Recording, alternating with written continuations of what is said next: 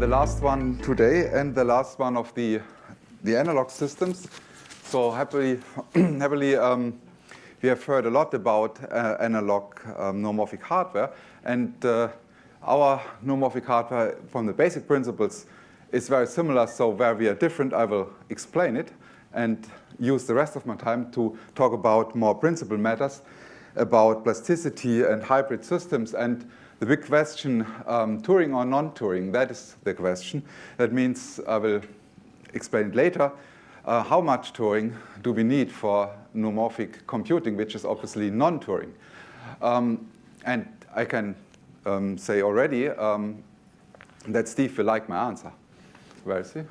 He's not. So, and as an example, I will use our BrainScales 2 architecture, but this talk could also be applied to other architectures with similar kind of learning. And I will use this as, for the big topic, how can we achieve something I call bio-inspired artificial intelligence. That means a neuromorphic system that is more than a proof of concept, that can really perform function on an application level, maybe even a similar efficiency than machine learning today. So bio-inspired artificial intelligence, that means we use biology, so we try to understand biological information processing to realize future computing that is based on this information processing principles. And some people say bio-inspired artificial intelligence is an oxymoron because bio and artificial are opposite by their nature, but in fact, this is exactly what we want to do. Our systems will always be artificial. We are not building something natural by genetic modification of animals or so. So it's always an artificial system. But it is not thought out by man alone, but it's inspired by looking at biological intelligence. So it's bio-inspired artificial intelligence, and that's exactly, I think, the correct term for this, what we have heard today already from other people. So short, an artificial system inspired by neuroscience, but always artificial, so it cannot be biological intelligence. That is living. And bio-AI hardware based on spike-based neuromorphic computing means that we imprint the model into hardware rather than having it simulated. That's the neuromorphic hardware part of the name. And the goal is that we heard already a lot of time in the previous talk, for example, great ideas. The goal is to overcome this power wall of Turing-based computing. The problem is that if we want to scale up the system to more than proof of concept sizes, we have to set our parameters. And that means we need to find learning rules. And since we want to have it biologically inspired, we have to find local learning rules. We cannot use backpropagation in the standard fashion like it is in machine learning, because we want to stay close to the biological example. We want to find local learning rules. And the benefit, if we find these rules, is that we get the advantages of local learning rules. We have a scalable system, and most likely also an energy-efficient system. But there are still a lot of unknowns.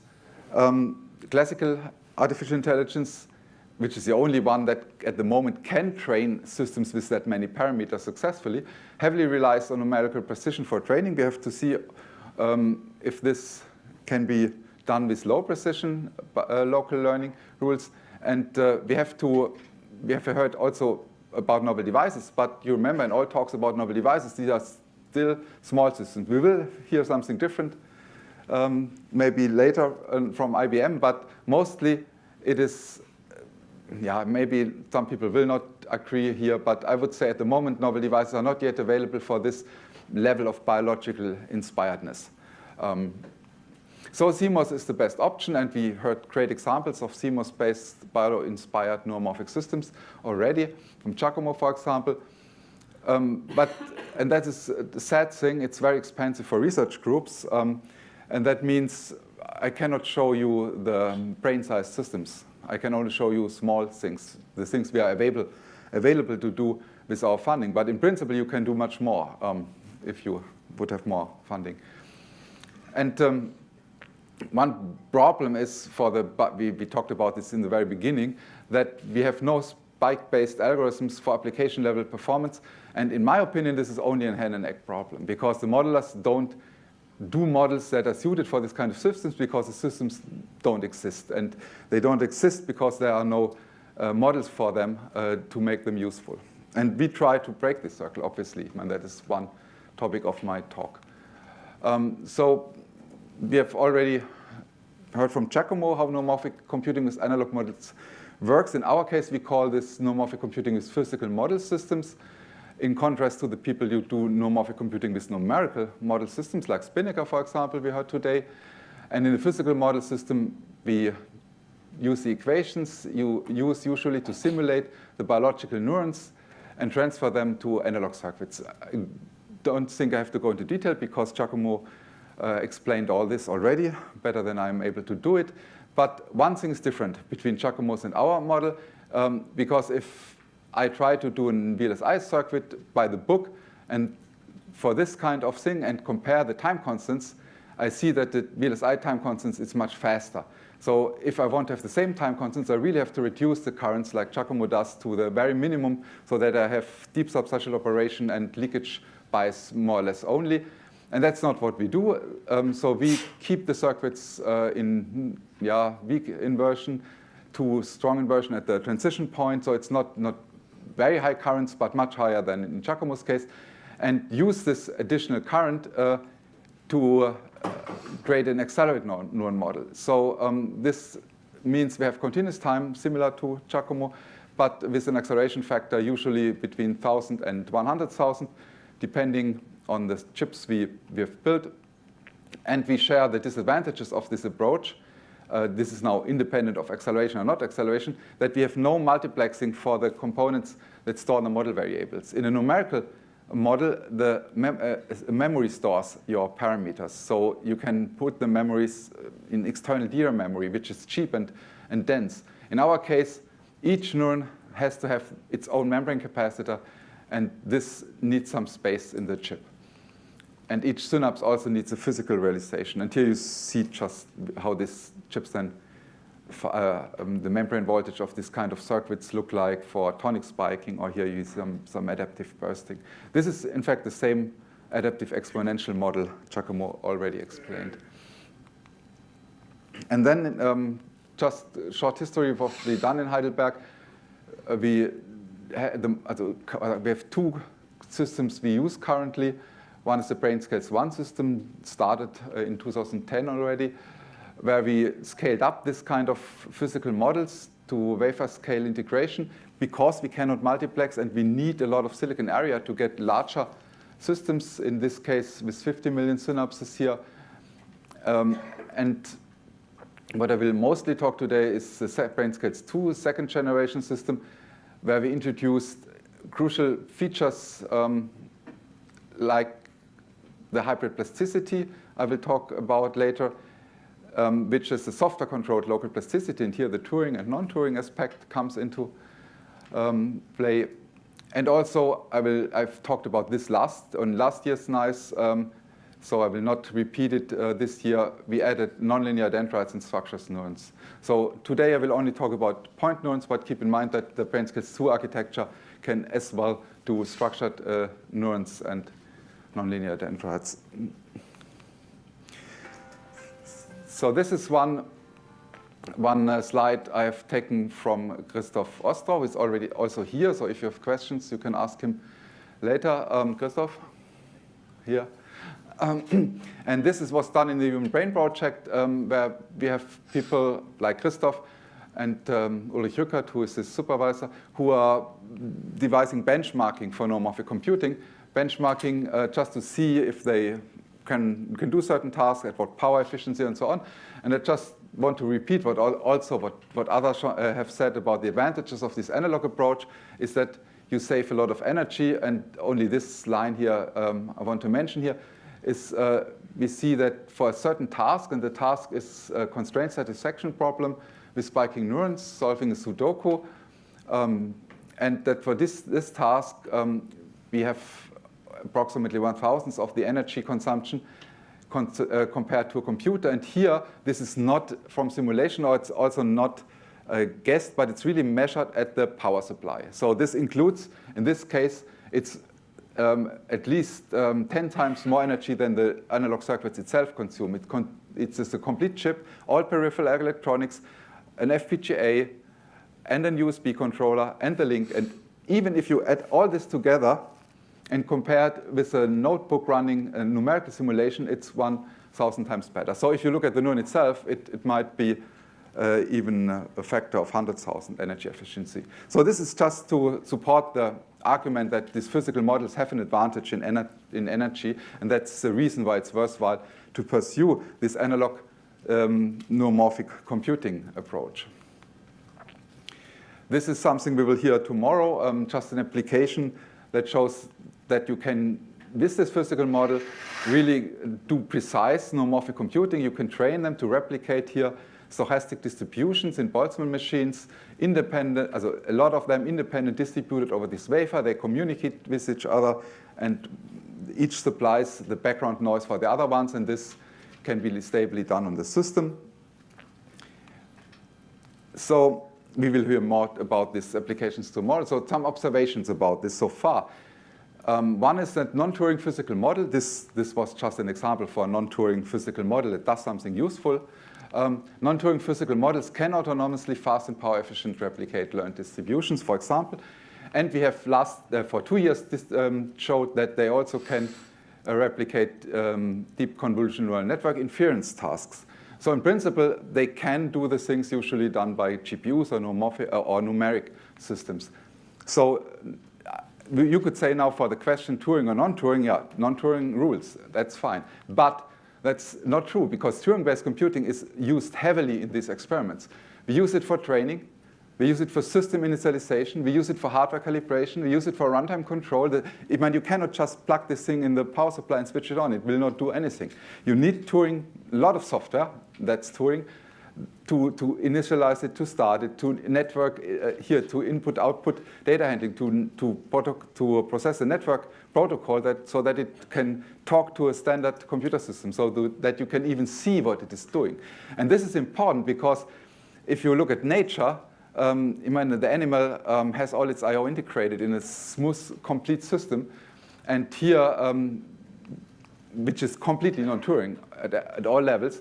And in our cases, we talk about non-Turing if only the computation part is non-Turing, but the whole rest is still a standard computer system. So it's not really true to say that we are building non-Turing systems, not at the moment. So then why not just add the Turing-based system to the analog neuromorphic core and say at least we can build a hybrid system that includes both parts? And to this, I would say we just do it the other way around. We add the neuromorphic part to the Turing part. And this is how such a system looks like. You have kind of a unit cell, which is an analog part. This is the physical model system. And it communicates by very high bandwidth link with a Turing-based microprocessor, which has a vector unit to support the high information bandwidths here. It has to process by this link, and also contains the standard part for a efficient Turing machine, like a cache and a network on a chip to interlink all these tiles. And then you have a few tiles with special functions for example, external memory, I/O to host systems, Ethernet, and so on. And the nice thing, if you do this, we have heard from all the people today that the spikes they exchange in their analog neuromorphic systems, that they are digital. Even in Giacomo's case, they are digital. So if they are digital, you can merge them with the digital data the processor exchanges with its other peers on the chip. So you just put in a network on a chip controller that prioritizes event data in a protocol similar, for example, what Giacomo showed, but it can also handle the rest of the information. So the unused bandwidth, and you have a lot of unused bandwidth if you have spiking data because it's so bursty in nature, that there are a lot of times when you have free bandwidth on these links, you can use this unused bandwidth for the CPUs, and you can have easily a common address spaces, so you can easily address neurons and CPUs in the same address space in a shared network. And then you have what we call BrainScales 2. Oh, it does not work anymore.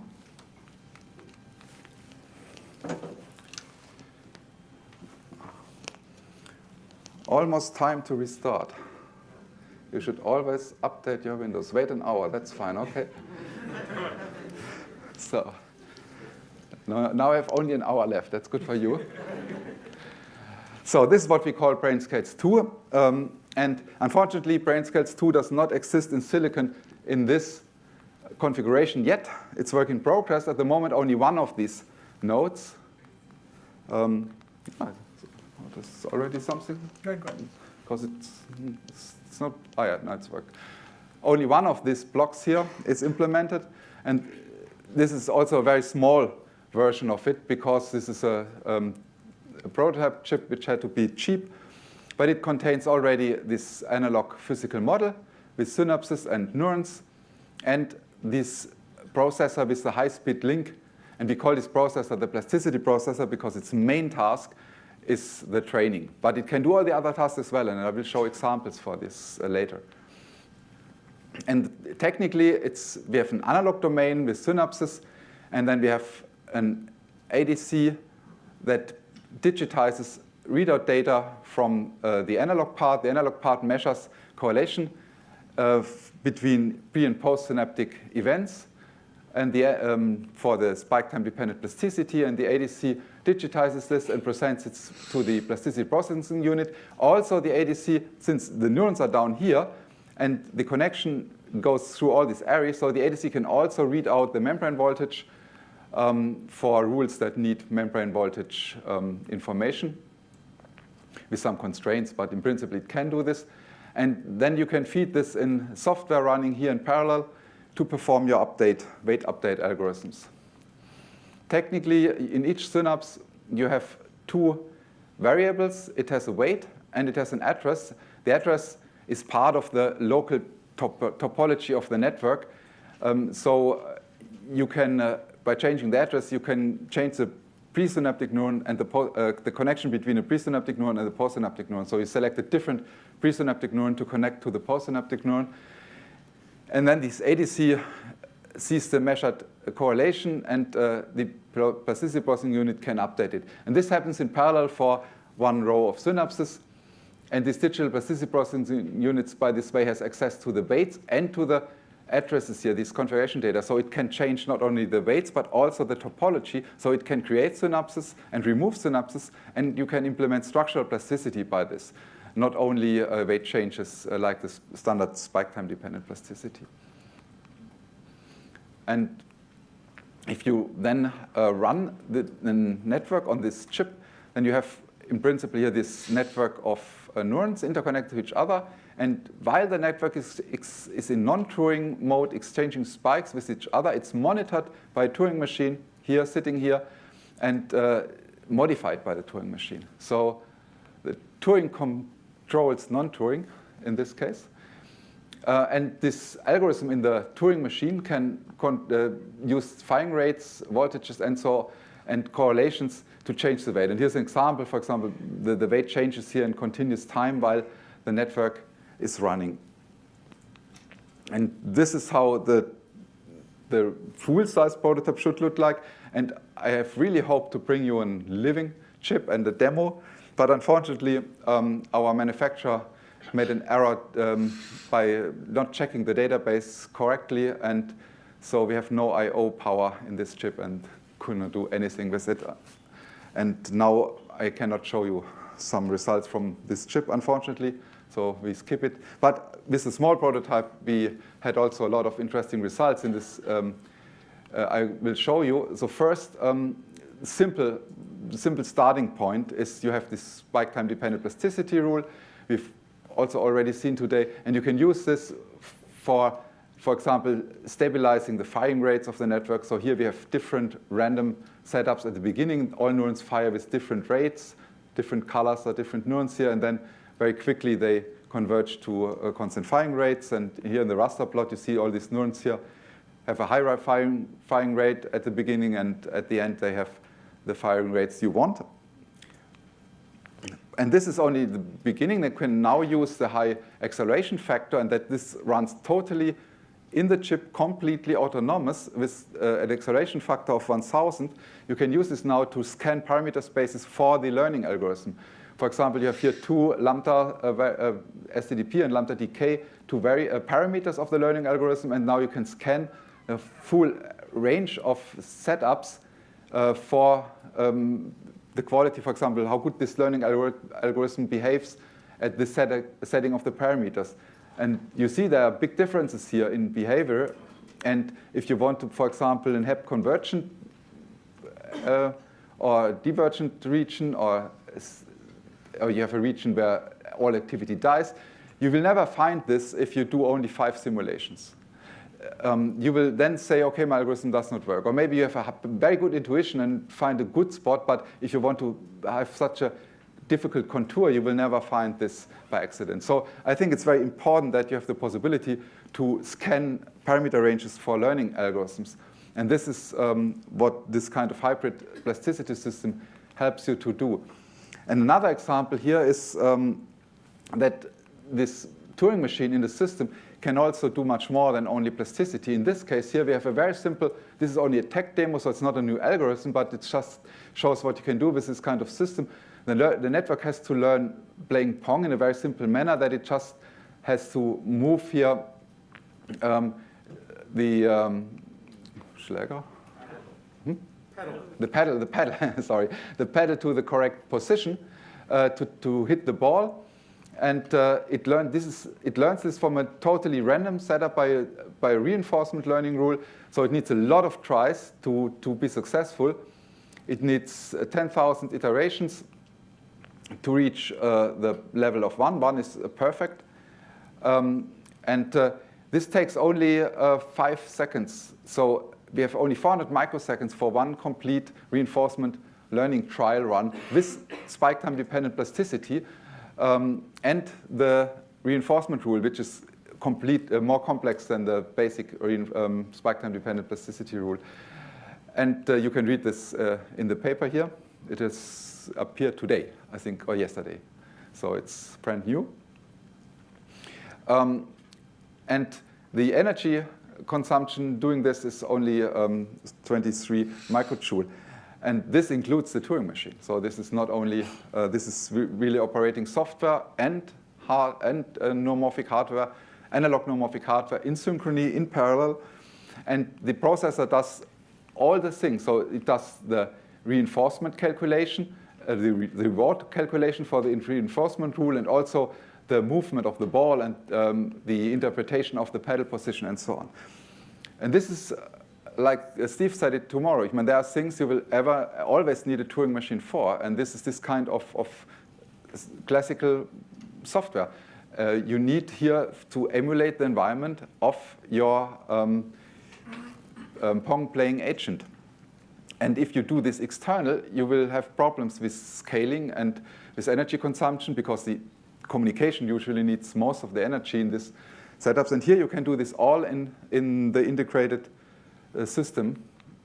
Another example, and I think this is even more important, is structural plasticity. As I said, in our synapses here, these are synapses. These are the symbolized neurons with the membrane capacitor, and this is the high-speed CPU on top, the plasticity processing unit. In our hardware, we can also set the addresses, the presynaptic neuron addresses the synapse listens to. And now you can put an algorithm in the PPU that assigns random neurons here to certain synapses, and then you evaluate in your plasticity rule the correlation, and you keep only good ones, and you repeat this. And so with time, you end up with only good presynaptic neurons. And that means you can have a much more efficient connection between your presynaptic world and your postsynaptic neuron than only setting weights to 0. Because if I only change weights, then I have at the end a lot of connections with 0 weights or weak weights, which are wasted. But here I do not waste any hardware resources because I select only the presynaptic neurons that really contribute to my output. And I can also, weakly correlating synapses, just randomly replace them against new ones to see if I get a chance in a better network by time. And here's an example of such a rule where 256 presynaptic inputs are mapped to 32 active synapses. And the rule contains the weight update part and a topology update part. And if the weight is high, then it uses the SAP rule, and in addition, a homeostatic rule to keep firing rates in a certain range. And if not, it randomly initializes the weight and randomly it sets the weight to a start value and randomly chooses a new connection.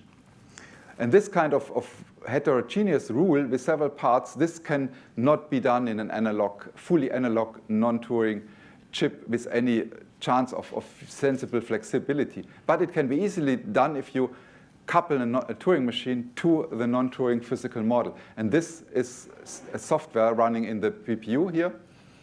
And the correlation measurement is analog hardware running, being in the synapses, and all the spike activity is analog and happening in the synapses and neurons. And then here you have a proof of concept example. Unfortunately, since the chip is so small, the only working one we have at the moment, that we cannot do much more complex examples. But even with only 32 neurons here, you see that it finds the addresses of the presynaptic synapses which correspond to the input data. So in each of the 10 cases, the task of the output neuron was to detect the shape, and it tries to move the synapses into positions that it covers the numbers. And again, it is extremely fast. It's only 1.5 seconds to find this topology.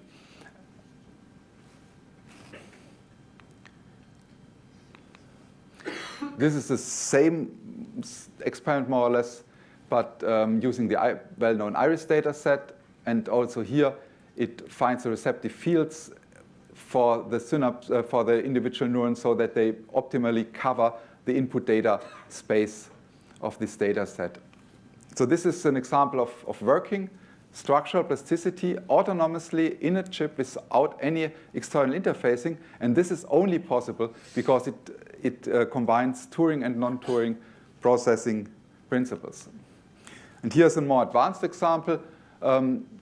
It is part of an audio voice recognition work. You have some spoken digits here. This is an amplitude recording of a spoken digit. And this gets transformed by the cochlea to a certain temporal varying spike train. So you have a number of channels. These are places on the cochlea of the inner ear. And you have spikes, and you get this kind of a pattern. This is the same, only transformed to the cochlear response and reduced to only 120 frequency positions. And now the task is it uses the same algorithm we have seen, or same plasticity algorithm we have seen so far, to find the best of these channels to use to detect this spoken digits. And you see that if you look at this is what it has learned. So that means it represents these channels that are higher here with more synapses, and these which are lower with less synapses. And this is the theoretical calculated mutual information between this channel position and the input data. So you see that it has captured this shape very well. And this is even more interesting because in this shape is more than only the simple correlation. If you look at the integrated correlation, you see that it is not covering this part here, but the reinforcement learning rule even finds it here. So this is very promising. I think it's really early work in progress, but it's really promising to see that this reinforcement learning, that this structural plasticity is not reinforcement learning here, that this structural plasticity can give you much more efficiency in the learning process than using weight-based plasticity alone, and that this can be done with this kind of hybrid plasticity structure. So to summarize and make our help us to fasten our way to the dinner. BrainScales neuromorphic principles.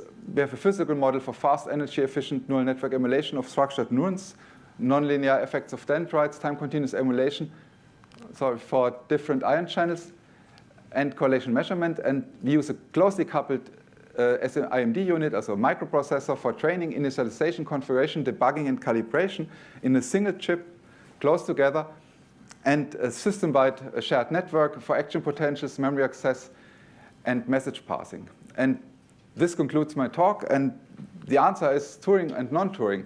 They are interlinked. And this will be the best solution for many years to come. Thank you.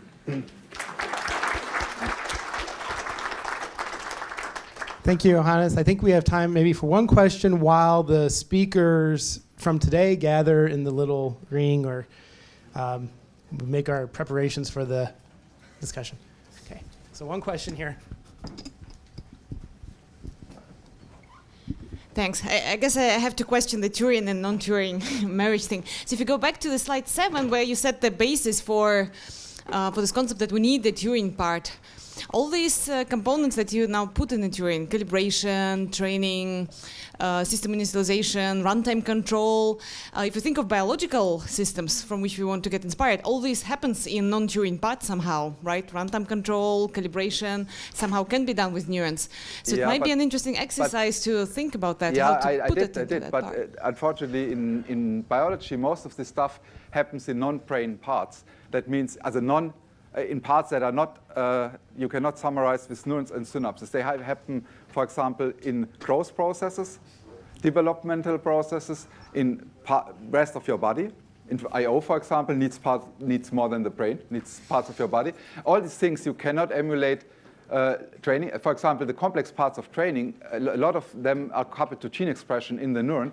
So you need much more complex neuron models than we have in our physical model systems today, if you would like to cover these with analog physical models. And I think at the moment, the best way is to do these slower processes with Turing-based software emulation. But runtime control and hardware calibration, these also would be interesting questions to look how that's done in biology, because somehow it's done. But hardware calibration, I will be very sure the answer here is that needs gene expression.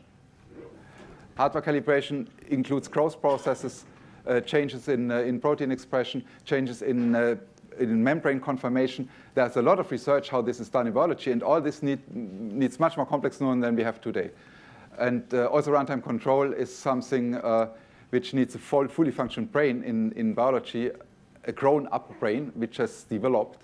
And also this is far out of our reach at the moment, I think, with physical models of simple neurons and synapses. All right, let's thank Johannes again, and we have an opportunity for some more discussion.